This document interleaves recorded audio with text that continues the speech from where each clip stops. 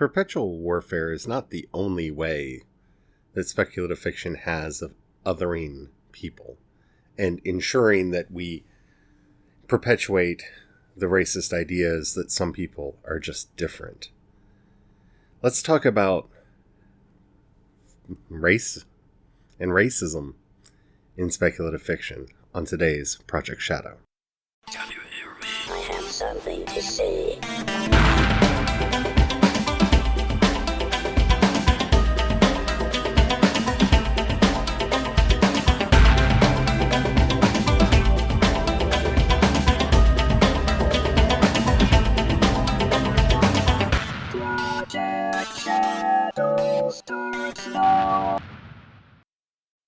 Hello everyone, how are you doing today? My name is Charlie. You might know me better as sci-fi fantasy writer C.E. Dorset, especially if you're reading my new book, Crucify My Love.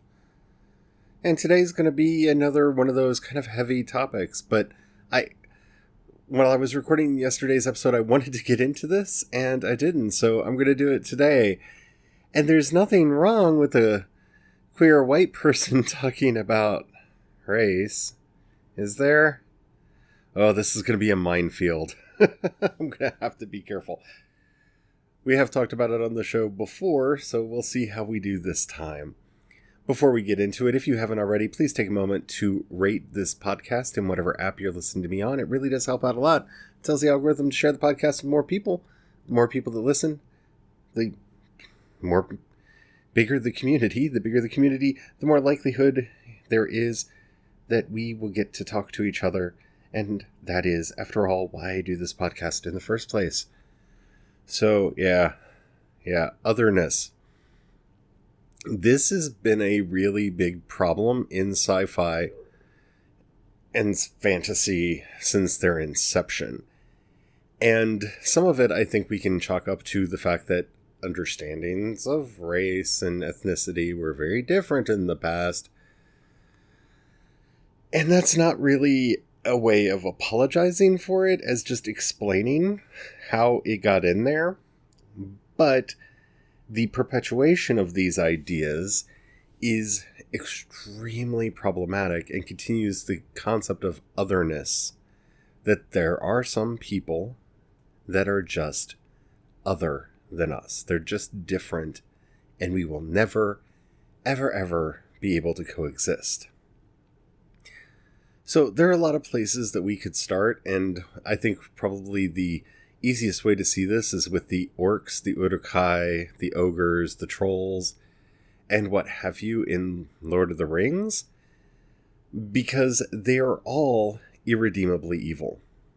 All of them. Now, this is something that I think you can kind of hand wave away, because if you read the Silmarillion, which is the backstory to everything that happens, you'll find out that these creatures were created that way.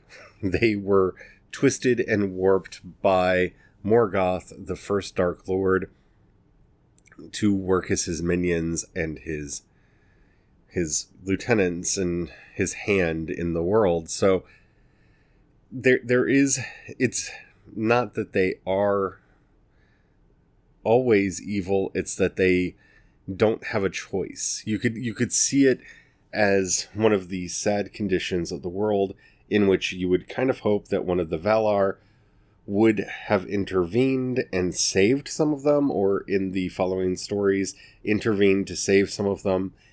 And to me becomes the great failing of the Lord of the Rings and the Silmarillion, in that the Valar do not intervene to try to undo any of the damage that Morgoth wrought. Now, we do see a Maiar in the person of Gandalf, but yeah. I kind of, with the fact that these virtual deities do exist in the world, one would hope that they would try to find some way to uncorrupt that which Morgoth had corrupted, especially in the thousands of years that follow after his defeat, between his defeat and the rise of Sauron. And between the fall of Sauron and the re-rise of Sauron. I mean, there are thousands of years here in which someone could have tried to do something, but they don't. And I think that for our time, that's not a valuable part of the discussion. So I'm going to go into Star Trek. Star Trek, I think, is really guilty of this in a way that a lot of other fiction isn't. The Sith are evil in Star Wars because their philosophy tends that way. And so that goes into philosophical difference and philosophical othering, which is a completely different topic. But when we're dealing with Star Trek, they have a tendency of applying the same... Well, every species has a defining trait, with the exception of humans, who are obviously superior, who get two defining traits, that being our curiosity, which very few other species in the Star Trek canon share, and our ability to build community wherever we go, being one of the things that makes humans different. All Romulans are suspicious, all Vulcans are logical, all Klingons are obsessed with violence and honor, all Cardassians are shifty and shady and conspiratorial and sneaking around behind people's backs. I'm going to give a pass on the Jem'Hadar because they have the same problem, and the Vorta, because they have the same problem as the orcs in The Lord of the Rings, in that they were genetically manipulated to be that way. But it's really only when you get to the Founders that we see at least the chance of there being a differing idea within a species. But even they are defined by their desire for order. This, of course, drives Odo to seek justice, and the rest of the Founders to form the Dominion and violently oppress everyone who's not them.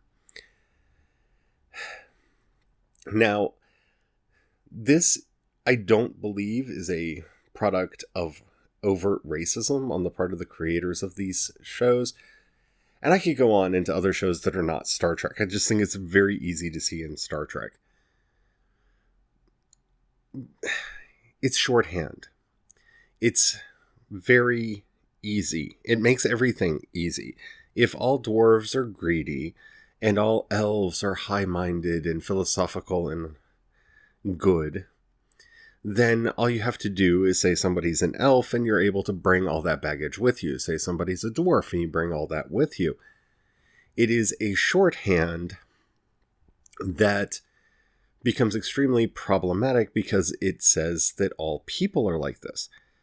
Now, I don't have a problem with everyone on Vulcan embracing some kind of logic, though I think it would be better if we see more factionalism, that not everyone maybe is a follower of Surak. And we do kind of see that some in Enterprise and Discovery. They try to bring some of that in, but with mixed results. We see also in Discovery trying to make amends for that amongst the Klingons.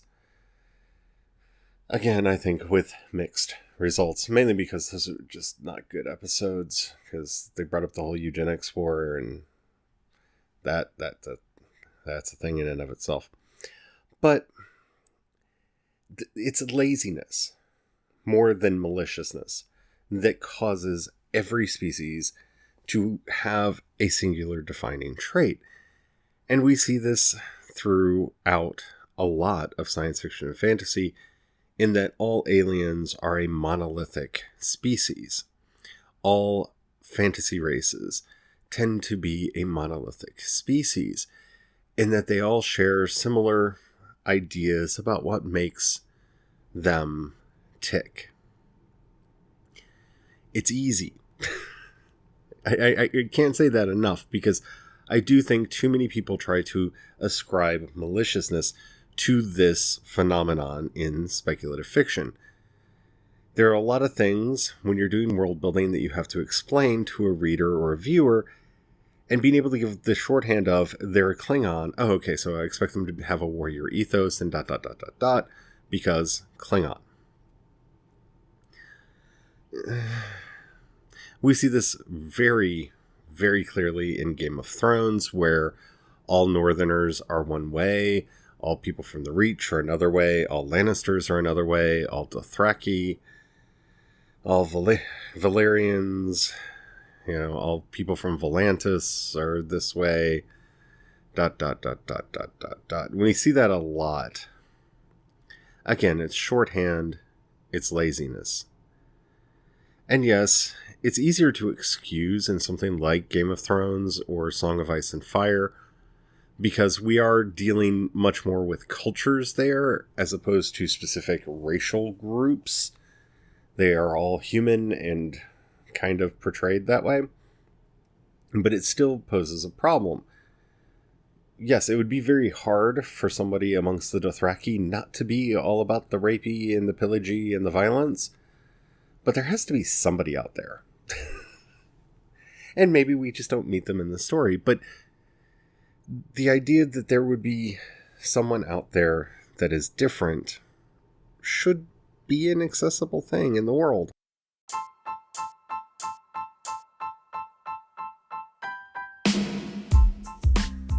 The biggest problem with this trope in speculative fiction is that it feeds into a particular racist ideology where you're able to presume, oh, that's a dark elf, so they're going to be shifty, shady, and probably betray everyone because that's what their race does. It perpetuates a certain type of othering that we see promulgated in the real world to a degree that it's justifiable, and that's where it becomes problematic. Now, like I said, Star Trek has, over the years, tried to do things to show us different ideas, where Worf is a different kind of Klingon. We get to see John Shook's portrayal of the Klingon ambassador in the movies. And again, John Shook has a lawyer in various other shows as well. Yeah, just characters played by John Shook are different from the species archetype that he would normally be playing. But yeah, okay. I'm sorry, I'm getting frustrated here because it's hard to talk about these things without going into real world analogies, and I don't want to do that because I don't want to perpetuate any ideas of racial superiority or race problem. I don't want to perpetuate any of that.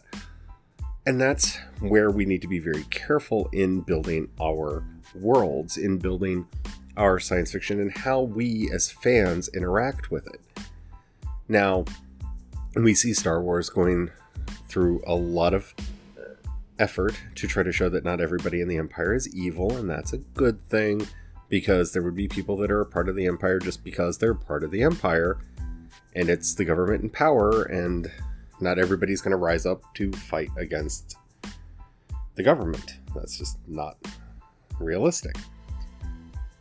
But when you are portraying any race, and I want to use that word broadly, any ethnic group, even if it is an entire species, as having a singular trait, it breaks down. Because even with humans, let's just look at Star Trek's idea of humans.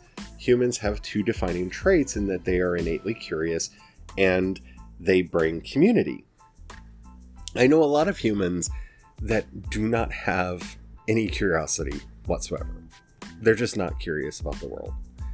And I've met quite a few humans that are very antisocial and do not want to be a part of any society or culture whatsoever at all. Now, having said that, that shows the basic lie in this idea that all people are the same. All people of any ethnic group are the same. You're going to find differences. You're going to find differing opinions amongst any population of people.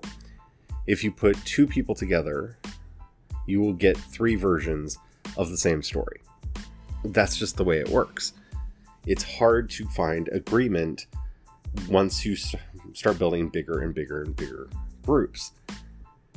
So the utility of having everyone of a particular ethnic group believe the same things, act the same way, and have the exact same, let's call them values, is not only unrealistic, it perpetuates this idea that if a culture is significantly different from ours, that one, everyone within that culture all agree on how that culture is defined, and that makes their actions predictable because, well, they all do this. And we know from real-world experience and through the few stories that do a very good job in tearing this down, that that is not the case. That's not how society works. My biggest concern with all of this is in the perpetuation of the idea that there is an other. You can have a story that shows a species so profoundly different from us that doesn't have any of the racial or racist connotations accidentally attached to it. And I'm thinking of Arrival when I say that. Arrival does this really well. The difference between the aliens that they encounter in that movie and the humans is they don't have the same senses, so they don't have the same basic understanding of the world. And so the aliens, in understanding this difference, realize the only way that they're going to be able to communicate with us is to teach us their language so that we can understand them. Because while they could understand us, there would be a great chance of misunderstanding if they just tried to translate all of their thoughts and their messages into one of our languages. Which, by the way, is actually a plot point in the movie. That there are misunderstandings because of us not understanding the nuances of their perception of reality. And so that otherness that is brought out in this film is powerful and it is profound, but it is based off of a difference of perspective that we do not perceive the world. I'm trying not to spoil Arrival, because if you haven't seen it, you really should see it. It's a very good movie. But because our basic perception of the world is different, our understanding is different, and our languages are incompatible with each other. And that's a big plot point in that movie. So there are ways to do it and do it well. It's about being careful not to accidentally, because I'm going to give a lot of these creators the benefit of the doubt, because with the exception of like an H.P. Lovecraft, who was unabashedly racist. I mean, there's no ifs, ands, or buts as to whether or not he's including racist caricatures in his stories. He is. You know, a lot of these writers were probably just doing it as shorthand. But this is where we, especially in this world of reboots and remakes and follow-ups and continuations and cinematic universes, have the opportunity to tell other stories. Okay, this is a minor spoiler for Captain Marvel. If you haven't seen it, I don't think it will affect your enjoyment of the story, but this is a movie I think that did a really good job with that, because it actually played on our innate racism to make the story work. If you are a fan of Marvel Comics, you know the Skrull and the Kree are at war with each other. Both the Skrull and Kree are evil. They're bad people. They're bad peoples. And you just expect them to be the enemy. one of the main plot points that they did really well in Captain Marvel is the revelation that the Skrull weren't the bad guys in that particular story. That not all Skrull are the same. That was huge. And it was wonderful because it played off the basic assumptions that most comic book fans had going into the movie, and probably several non-comic book fans had, because they're friends with people who are comic book fans who started talking about, Secret Wars and the Skrull invasion, and Skrulls are evil, and these are going to be bad Skrulls, and it's going to be such a thing. And to have the Skrulls not be the bad guys was such a twist for at least me when we got to that point, and it was just like, I thought bad things. That it worked. It made me recontextualize an entire fictitious species because we saw them as individuals. And that, more than anything, I think is what we need to be trying to do when we're doing our fiction, and especially when we're doing our fandom, is seeing the people the characters that we are interested in as individuals and not necessarily archetypes of their entire species. And maybe that will help us get past some of the othering that happens in science fiction and fantasy. I hope that made some kind of sense. This is a hard topic to talk about. If you have any questions, comments, or topics you'd like to hear discussed on the show, please use the voice message button, text link that you'll find in the show notes, wherever the show notes are in the app you're listening to me on. If you have a buck that you can throw my way, it really does help out a lot. While you're in the show notes, you'll find a link to both my Patreon and the community support page. Difference between the two is people on Patreon occasionally get stuff.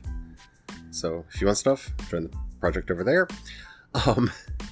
If you don't have any money right now, or you don't feel like joining the project, that's fine. But please, if you know somebody you think would enjoy this show, do share it with them. That helps out a lot.